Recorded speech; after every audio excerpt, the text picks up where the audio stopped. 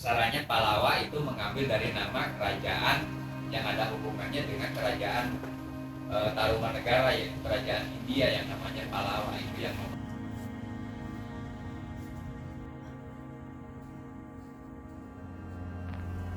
Nah, jadi teman-teman, saya berada di situs Prasasti Cianten yang merupakan situs dari kerajaan Tarumanegara.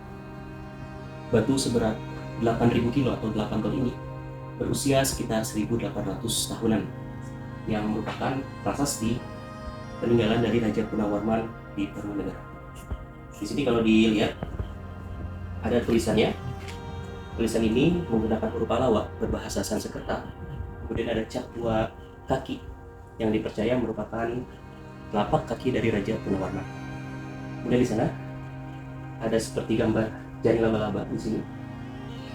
Sesuai penuturan bahwa ini merupakan semacam tanda tangan atau cap ya dari Raja Punawarman. Ini kalau diartikan, diterjemahkan, 2 kaki seperti kaki Dewa Wisnu. Ialah kaki yang mulia Sang Punawarman, raja di negeri Taruma yang gagah berani di dunia. Ya, kaki seperti Wisnu, kaki yang mulia sebagai raja yang gagah berani di dunia. Makanya di masa Tarumanegara, raja yang paling agung dan diagungkan Purnawarman. Semua 7 buah prasasti menyebutkan tentang nama Purnawarman. Raja-raja lain tidak. Di belakang batunya ini ada sketsa ya, gambaran di mana pertama kali batu ini ditemukan. Jadi batu ini ditemukan persis di pinggiran sungai. Sungai yang sungainya ada di bawah sana, nanti coba kita kunjungi. Ditemukannya di sungai seperti yang ada di lukisan. Ini tempat awalnya. Ini dulu ditemukan di tepi sungai pada tahun 1863 pada masa kolonial Belanda, yaitu yang mencatat tentang penemuan namanya R.W. Hopperman. Analisanya dia terbawa arus atau longsor? Enggak terbawa arus, enggak terbawa longsor, memang posisi institutnya di situ. Oh, berarti pusat pemerintahan dulu sekitar sini. Betul, yang disebut Holot itu. Oh. Terus pengangkatan ini bukan pakai helikopter, gitu. dengan takel ditarik manual, dengan ada acara ritual. Berarti berapa waktu itu? 8.000 kilo. 8 ton sampai proses 2 bulan, Pak. Angkatnya, Pindahinnya 2 bulan. 2 bulan. Ada ritual macam-macam. Betul. Kalau kita ceritakan, kan tadi saya sudah bilang, karena di luar logika gitu.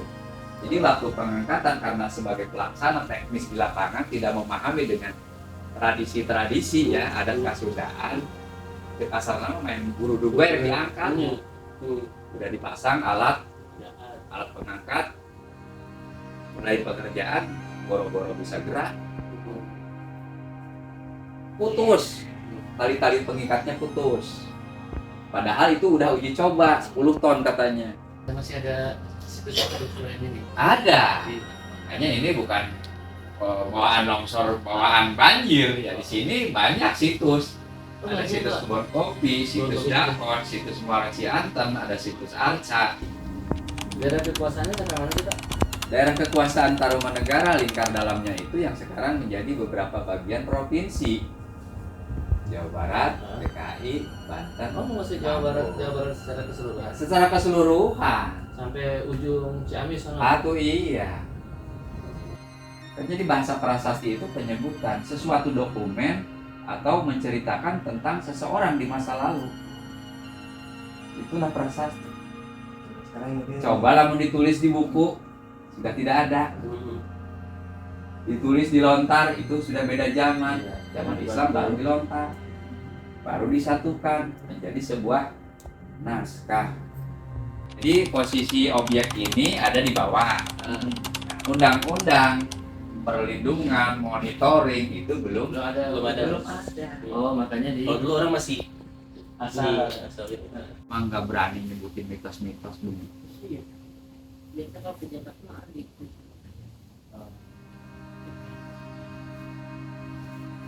Tempat begini mah ya kunjungan dari mana saja kan bebas terbuka. Niatnya macam-macam ya, Pak. Ada yang dari akademisi, Akademisi, kemudian ada dari spiritual, beda-beda. kan itu satu sama lain. Yang namanya sejarah tidak lepas yang namanya peradaban. Gitu Pak. Oh, yang di atas Gunung Buder apa namanya Pak? Di Gunung Bunder mana? Oh di sana, Iya. Arca Domas atau Cibalai. Yang kuburan-kuburan itu ya Pak? Ya bukan kuburan pun dan berundak itu. Ya, bukan berundak. Penjelasan iya. Halo teman-teman, jadi sekarang saya sedang bersama dengan Bapak Gandhi yang merupakan juru kunci dari Prasasti Ciaruten begitu. Tadi mungkin sudah banyak sekali dijelaskan oleh Bapak Gandhi mengenai sejarah daripada prasasti ini, waktu pertama kali ditemukan, kemudian sejarah mengenai kerajaan Tarumanegaranya gitu. Mungkin Pak, selain dari prasasti ini, apakah ada lagi dari daerah sini gitu Pak? Iya betul, memang selain prasasti yang pertama ditemukan, kemudian di daerah sini juga waktu dilakukan penelitian pada tahun 1864 ditemukan sebuah prasasti yang disebut prasasti kebun kopi. Kebun kopi. Latar belakang dikenal dengan nama prasasti kebun kopi. Jadi waktu ditemukan memang pada saat dilakukan penebangan untuk area perkebunan kopi milik orang Belanda pada saat itu yang bernama Jonathan Reed. Jadi prasasti kebun kopi itu merupakan prasasti kedua daripada Raja Purnawarman yang menyebutkan tentang kejayaan dan keagungan.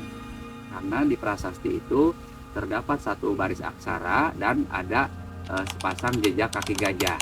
Nah, jadi jejak kaki gajah itu yang disebut Airawata adalah merupakan pada masa lalu dijadikan sebagai kendaraannya atau tunggangannya sang Raja Purnawarman. Nah, di situ disebutkan di satu baris tulisan, jadi inilah jejak kaki yang seperti Airawata yang merupakan gajah penguasa di negeri Taruma yang agung dalam dan kejayaan, di mana pada masa puncak kejayaannya sang Prabu Purnawarman waktu memimpin kerajaan itu memang mengendarai gajah yang disebut Airawata. Nah, keberadaan prasasti tersebut semenjak ditemukan kemudian dilakukan beberapa kali penelitian, tempatnya masih in situ, jadi tidak mengalami relokasi atau pemindahan. Jadi di mana ditemukan, di situ tetap berada tempat awalnya. Dipatenkan, kemudian dibangun sebuah pelindung atau yang disebut sungkup. Ya. Nah, selain prasasti kebun kopi, masih di lokasi yang sama di wilayah Kampung Muara ini memang ditemukan juga satu buah prasasti lagi, yaitu prasasti Muara Cianten. Muara Cianten. Nah, kondisinya memang sampai sekarang pun masih di pinggir sungai. Mudah-mudahan alasannya di pinggir sungai. Nah, jadi prasasti Muara Cianten itu ada suatu aksara ya, itu yang merupakan simbol. Jadi di mana kampung ini pada masa lalu adalah sebuah kota kerajaan dan pelabuhan. Disitulah para kapal yang melakukan hubungan dengan kerajaan yang memang dulu dipusatkan di Ciaruten. Nah, jadi para kapal itu bersinggah di sekitar prasasti tersebut. Sampai dengan saat ini prasastinya belum dipindahkan, berapa Pak? Ya, mungkin ya banyak sih ya pertimbangan. Ya, dari kita kan sudah melaporkan kepada pemerintah terkait, memang rencana sudah ada. Ya mudah-mudahan memang pemerintah cepat menangani agar prasasti tersebut dipindahkan ke tempat yang lebih aman dan dibuatkan pelindung seperti prasasti-prasasti yang lain yang ada di lokasi yang sama.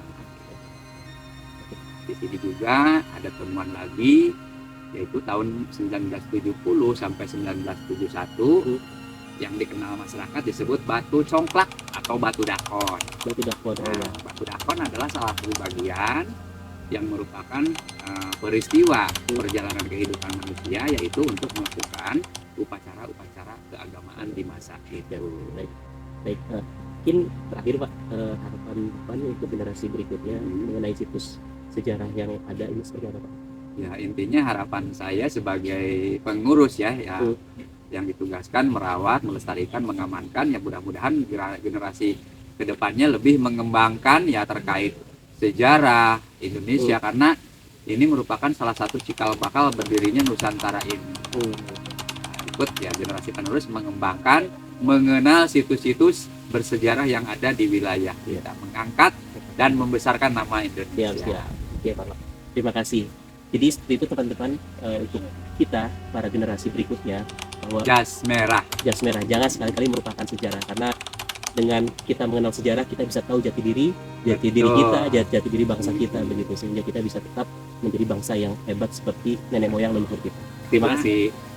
Prasasti yang banyak ditemukan bukan hanya bukti prasasti ya, melainkan bukti-bukti situs yang lain adalah merupakan salah satu kebesaran bangsa kita atau Betul, identitas bangsa kita sebagai ideologi, yaitu landasan untuk mempererat rasa kesatuan dan persatuan bangsa. Intinya jati diri. Jati diri sebagai jati diri bangsa, bahwa ini sangat penting sekali untuk generasi berikutnya. Oke, terima kasih teman-teman. Jangan lupa datang ke Prasasti Ciaruten di Kampung Muara ya Pak. Kampung Muara, Kampung Muara. Desa Ciaruten Hilir, Kecamatan Cibunggul. Jadi buat teman-teman datang mudah dijangkau. Kemudian juga ada Bapak Gandhi yang siap bisa nemenin teman-teman datang ke sini. Terima kasih. Dadah.